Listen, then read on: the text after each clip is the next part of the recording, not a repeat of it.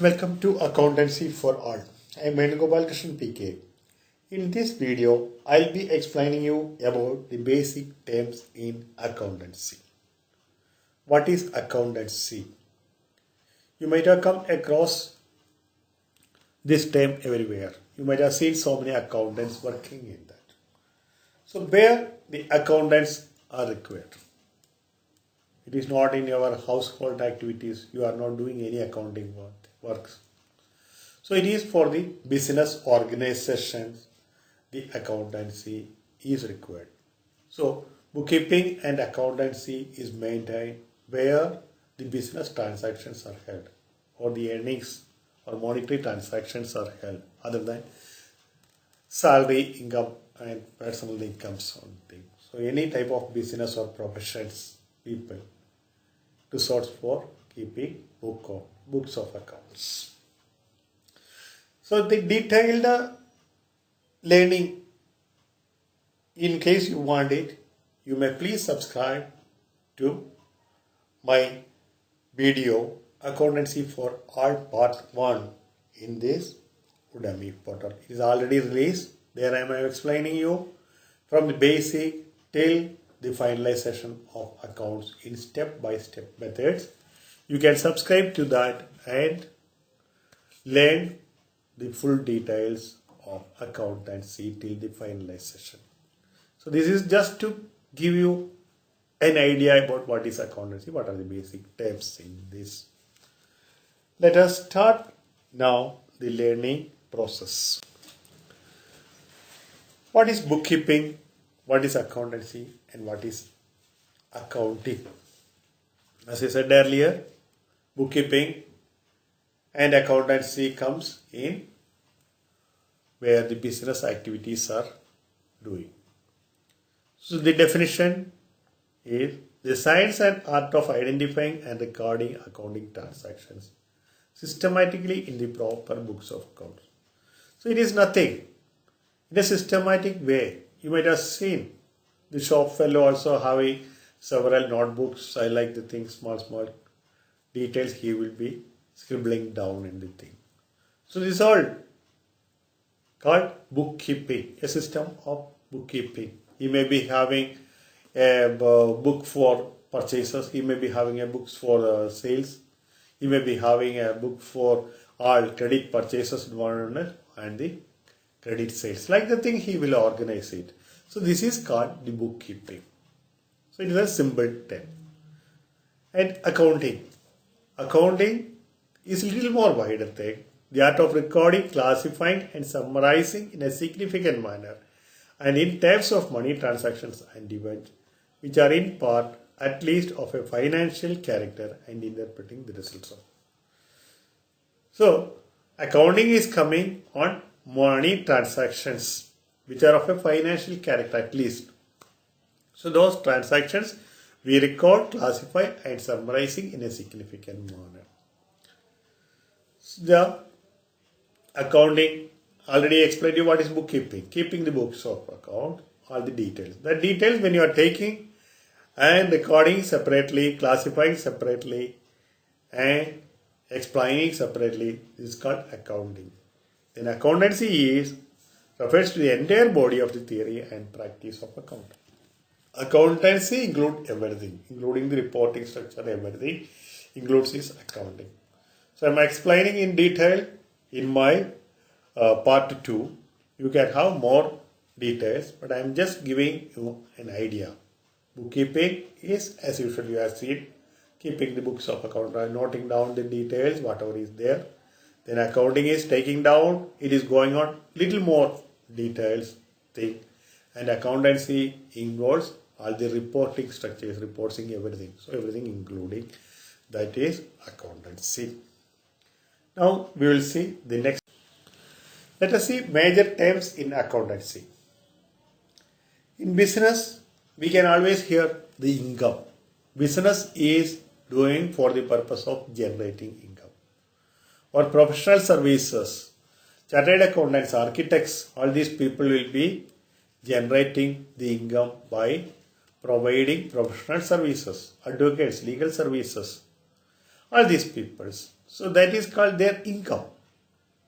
Salary is different from the business income. Salary is one will go to an office or some establishment of somebody else or the same business establishment and work there regularly and earn a fixed payment, or maybe some variable commission or something will be there, but there is a limit in that. He is not doing any other activity, he is just going and doing whatever the employer tells him to do. So there his earnings is limited, but in business there is no limit for the income that can be earned. So this is called income. Then what is expenses? For generating the income, you have to spend money. If you want to do a trading business, a provision store, you have to buy all these articles from the wholesalers or from the manufacturers. Then only you can sell.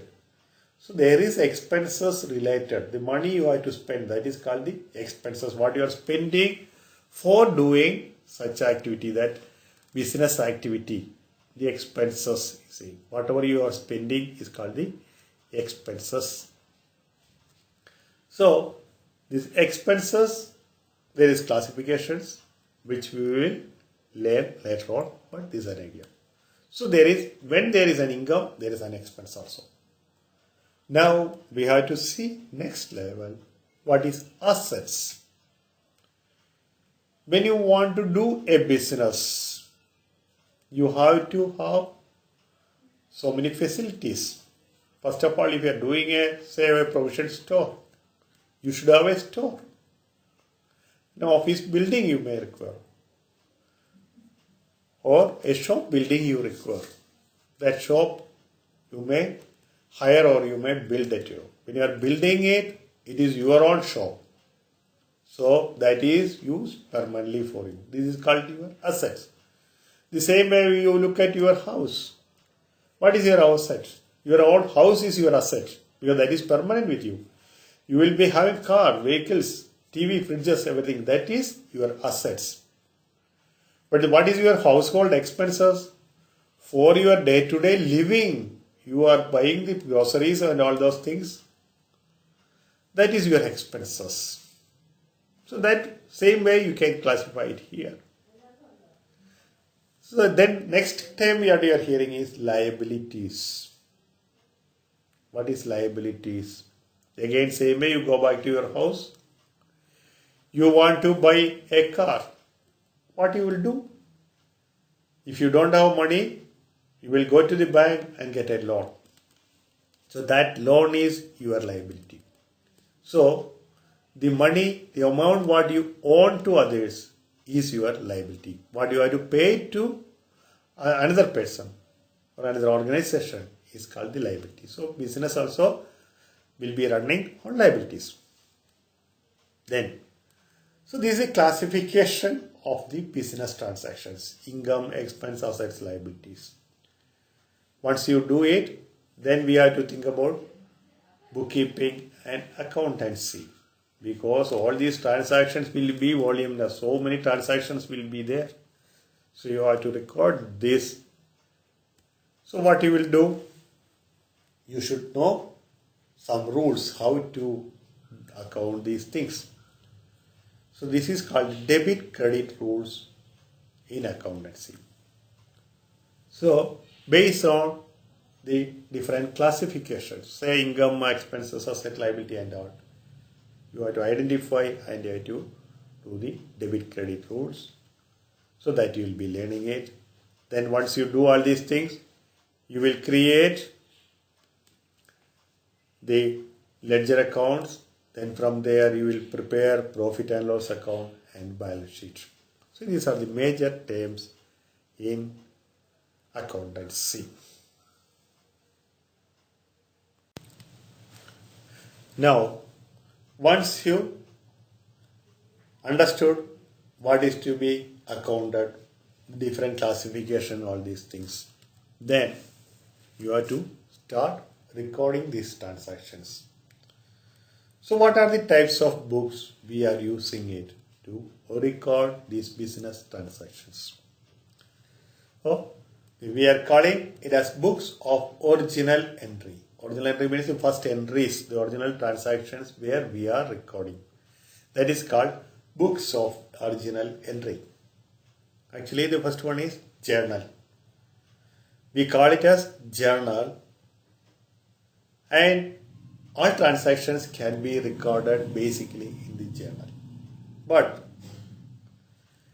for all business, this may not be possible because the number of transactions will increase when the business is huge. So where they may not be able to record everything in one book called the journal, because it is very difficult, the classification, recording, summarizing and all these things what is saying in the accountancy, it will be very difficult. So big organization, what they will do, they have split the books of original entry into different. So one is journal proper, another one is there is cash book or bank book, where all cash transactions and banking transactions are entering. They keep a separate book called cash book. So what will happen there? Whatever you are doing by paying or whatever you are getting by way of cash, or whatever you are paying through bank account, or whatever receiving it through bank account, these all things we will be putting in the cash book and bank book. So that is one set. Another thing is, for business, lot of purchase has to be done. If just everything is going on entering in the journal book, it will be big. So what will happen? They will have a separate purchase book where they enter all the purchases details wherever other than the cash transactions. Cash transaction, when you are doing it, it will appear in the cash book. So all the credits will be there, credit, purchase and all those transactions will be numerous. That will be anchored in the purchases book. Then when we purchase something, there may be purchase returns also. You know that now. For your own purpose also, you are buying so many things from the online shops or even from the nearby shop also, but online is a major thing. If you see it, you will buy something online seeing on the net, but tomorrow when the item comes to your house, you may find some way it is not good, or you don't want it, or it is not suitable for your requirement, you will return it. So same way, business also, due to so many reasons, maybe because of it is defective, or so many reasons, variety of different reasons will be there, they may return the purchase items. So for recording that and for a better control, they will be keeping a separate book called purchase returns books. Similar way, sales, all sales accounting, where it will happen, similar way, we will keep a sales book.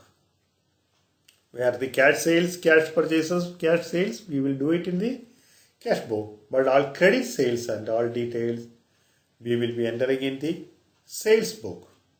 Without credit sales, it is very difficult to manage a business. We have to give on credit. When the business volume, if you want to increase, you cannot insist that only cash and carry will happen. So credit sales will be there, or the transactions will be more, then we will account it in the sales book. Similar way, when you are selling, you can expect some sales returns also happening. So you want better control on the returns. Who has returned? What is the invoice details? What date he has purchased? All these things you want it. If you are just writing in a journal book where so many entries are there, it is difficult to identify. So you will have a separate book called sales returns book, where it will be easy for you to identify the details and get it. So you will have another sales returns book. Similar way, you will have bills receivables books. Bills receivable is one way. Sales, when we are doing it, credit sales, we may get some undertaking from the debtors. we call them as a debtors. Earlier credit is saying that is creditors. Here when we have to get the money, we call them as our debtors. So from these debtors we would have got some undertaking. So these are called the bills receivables. So this we are accounting in a separate set of books because there also transactions will be numerous. So we kept it bills receivable. Same way we will have another book called bills payable. When we are buying on credit, we might have given some undertakings. The explanation for this bills receivable, bill payable and will be given later. So this bills payable, for your understanding I am saying, this is some undertaking we are given that we are keeping separate. To whom it is given, who are all we have paid, given bills payables are there. So that will be recorded in another book. So these are the major books of accounts we are keeping it. So all these transactions will get recorded in these books. So we said cash book, purchase book, sales book, bills receivable books, bills payable books and the returns books. Whatever cannot be entered in these books will get posted in the journal book. That is the simple understanding. What are the things we can understand, book it in this cash book and purchase returns book, sales returns book, bills receivable book and bills payable book. Other than that, all will appear in your journal books. So your bookkeeping is ready now. Once your bookkeeping is ready, now you have to take the recording the transactions. All these things you have to record. Where we will record. There is no several books are not there for that. That will be doing it one book which is called the ledger. So ledger is nothing but a book where all the details of the books of original entry is classified and recorded it.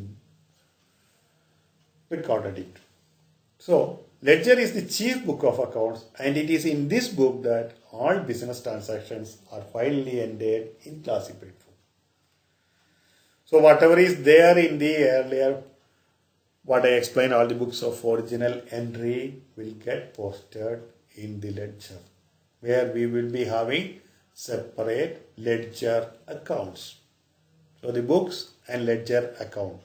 The first one is I'll call books. That's only bookkeeping. Next one is ledger accounts. We will have different accounts. Cash account, bank account, purchase account. Then we will have staff welfare, sundry expense. All these classification we do it.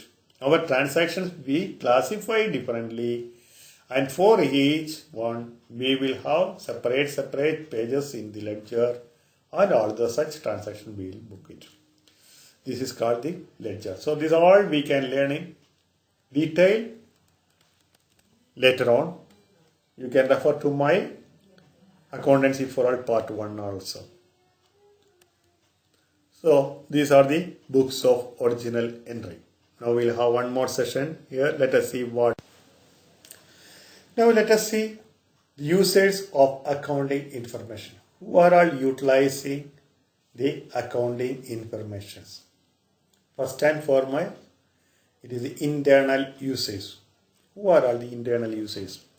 Internal users are the owners itself and the management. Owner, the person who started the business. He is the owner. And the management maybe he may have appointed some other people also there who are managing the business. So these people are the basic users for the accounting information. It is for their purpose they are starting the accounting activities in the organization. So major usage is the internal usage. They want to know what is the profit, how it is running the business. All these details will be there.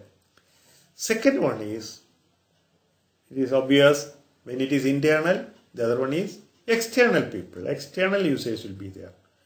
Mainly investors. Who are all investors? If you see the big organizations might have issued shares to the general public. So the shareholders or the investors or the banking financial institutions would have done some investments. And so many other people will be there. So they want to know the business to which we invested, whether it is running profitably, how it is running. So all these things to know, they have to depend on the accounting informations. Then the creditors. Creditors is the one who was given loan to the company or sold material on credit to the company, or the financial institution who has given banking loans or loan thing. All these people. Then next level is tax authorities. For every business all over the world, the different countries will have different taxation rules. There may be sale tax, there may be income tax, there may be provision tax, excise duties, import duties. All these things will be there. So these tax authorities are interested to know how the business is running, whether they are following all the rules and regulations, whether they are paying all these taxes correctly. All these things they want to know. So for that, the accounting information is required. Then the competitors. Your competitors also will be interested to know how this fellow is running, what is the profit he is earning, why my profit is less. So all these things to understand, they will also depend on our accounting information. So these are the major usages of the accounting information. Now let us see what are the advantages of accounting. Why we should have an accounting system in an organization. As I said earlier, when the business is large, the volume of transactions will be huge. And the purpose for running the business is to earn profit. So unless you have a good accounting system, you may not be able to understand how the business is running. So what we should have? First of all, we should have planning, organizing and controlling the business activities. How you can plan, how you can organize, how you can control the business activities. So that decision you can take only if you have a proper accounting system. Then provide systematic record of transactions. Then all these people, everybody will be requiring, even the management record, creditors required, employees, investors required, employees, all these people, everybody required the details. So for that purpose we will have a systematic record of transaction. All record we will properly record in the accounting books. Then provide as an evidence for legal matters. Any legal matters comes. As I said earlier, itself tax authorities major things. They will come up with some issues. So how to prove that we have paid our tax correctly? Our sales is correctly accounted. Our tax is correctly calculated. We paid our tax correctly. How it is? It is possible if you have a proper accounting system.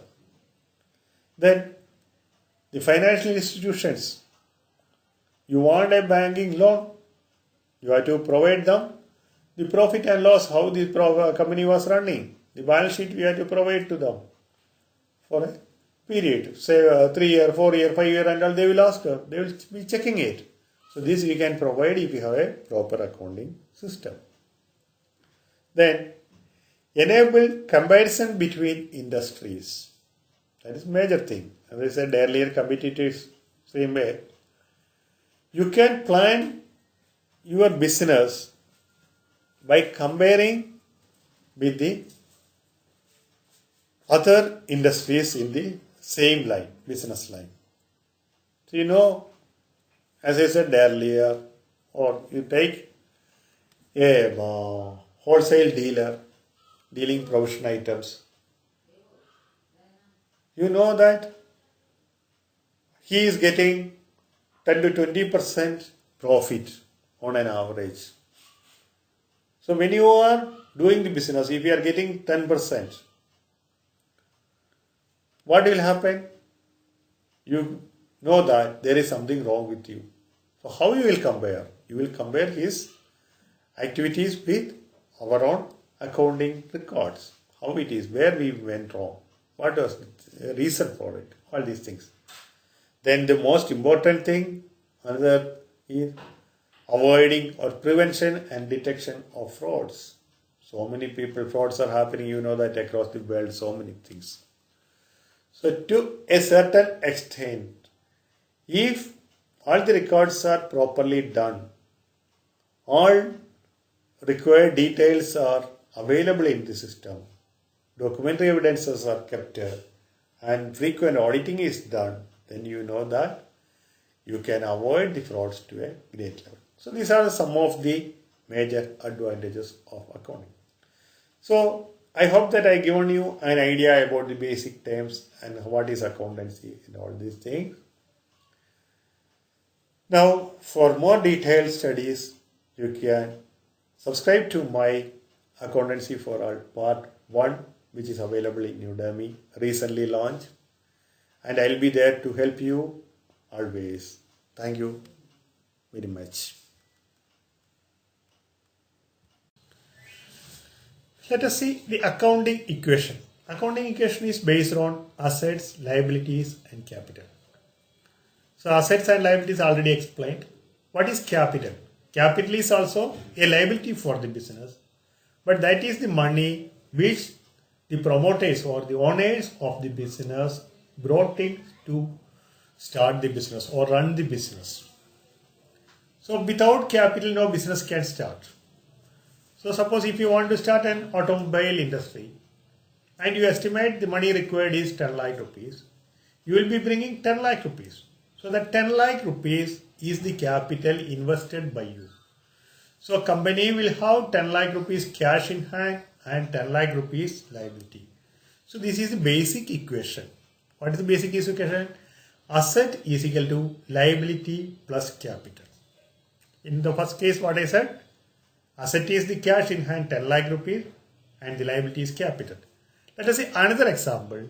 Say the total assets of the company is 1 lakh rupees. How? It is split up. 90,000 is the capital invested by the owners and the liability is 10,000. So that is the total capital plus liability is 1 lakh rupees. So this is the first equation. Asset is equal to liability plus capital. So then based on the same concept, we can make other equations. Say asset minus liability. What will happen? Asset is 1 lakh rupees, liability is 10,000 rupees. So when you deduct liability from the asset, that is the 90,000 rupees is the capital which is owing to the owners. So owners, if tomorrow they are closing the business, owners has to get 90,000 rupees. So this 90,000 rupees is the capital showing there. Then another equation is asset minus capital. What will happen? You have 1 lakh rupees assets and you know 90,000 is the capital brought in by the promoters, or whatever capital plus profit, whatever is accumulated, capital is 90,000. So that means how you got 10,000 excess asset? Because that is by way of liability. So this is the basic accounting equations. So having understood the accounting equation, now we will see the effect of accounting transactions. See, first example is given: started business with rupees 50,000 cash. What is the effect? So you started business with 50,000 rupees. That means you have cash in hand 50,000 rupees. Then when the owner is bringing the 50,000 in the business, that means the business owes 50,000 rupees to the owner. So here cash in hand is increased 50,000 and capital is increased. So if you look at the accounting equation, asset 50,000 equal to liability plus capital 50,000. So this is the accounting equation is correct. So here first example. Second one, salary is rupees 5,000 paid. So you had 50,000 cash. Out of that 50,000 rupees, you paid 5,000 rupees cash. What will happen there? Your asset is reduced. So cash is reduced from 50,000 to 45,000. Capital is also reduced because salary is an expense. When you are spending it, your capital also is reducing. You pay to somebody else. It is not in the business. Now you have to do the business. Then only you can get the profit and increase your capital. Next, wages outstanding rupees 1,000. So, wages outstanding means 1,000 rupees you have to pay to the worker towards the wages. So, you are not paid that amount. Then what will happen? That 1,000 rupees also an expense to the organization. So, automatically the capital will come down. So, from 45,000 rupees, you spend 1,000 rupees. So, 44,000 is the capital. And what happens here? Since you are not paid the cash, your cash is not reduced. What happened? Cash is same. You have 45,000 in hand. But what is happened here? Your liability to the third parties or the employees is increased by 1,000 rupees. So here again, the accounting equation, asset is equal to liability plus capital. Asset is 45,000. Liability is 1,000 plus capital 44,000. Let us see another example. Prepaid expenses rupees 500. That means, what is prepaid expenses? It is not actual expenses. You paid that in advance. Like your insurance premiums and all, if you see, maybe insurance premium you have to take from next month. But what you do? You will pay it in advance because you should not forget it. So you may pay. And if you consider the financial year, what happened? All business is accounting period is a financial year is there. So mainly because it is April to March may be the thing. Then when you are taking an insurance in September 1st for 1 year, September to March only is the financial year insurance premium. The balance is called insurance paid in advance or prepaid in advance expenses. So here your asset, you had cash of 45,000 but you paid 500 rupees for insurance premium, which is a prepaid expenses. I am not saying it is case like just prepaid expenses. So 44,500 is your cash and prepaid expense is also an asset because this amount you can adjust in the coming months. So prepaid expense of 500. So total asset is 45,000 is equal to liability 1,000 rupees and capital 44,000. Here your capital is not reducing because you are not incurred the expenses, it is paid in advance. So we treated it as an advance. So that is showing as prepaid. So say next month this 500 rupees if it is due, next month we will show it as an expenses. Now purchase stock worth 10,000. So what will happen here again? Your cash balance was 44,500. You paid 10,000 and purchased stock. So cash balance has come down to 34,500. Cash is reduced and stock is increased. Stock value 10,000 rupees stock you purchased. So stock is increased and prepaid expenses earlier 500 rupees is there. So your total asset is 34,500 plus stock 10,000 plus prepaid 5,000. So 45,000 and liability is 1,000 rupees plus 44,000 capital. One more example. Sold goods worth rupees 8,000 on credit rupees 10,000. The value of the goods is 8,000 rupees but you sold it on credit for 10,000 rupees. What it means by credit? You have not got the cash. So your sundry debtors will increase. So what will happen? you have not got the cash. So cash is not there with you. So your cash balance is 34,500 same. Prepaid expense 500 same. But now you sold for credit. That means your debtors is increased by 10,000 rupees. And earlier you had a stock of 10,000 rupees. Out of that 8,000 worth you sold out. So you have stock of 2,000.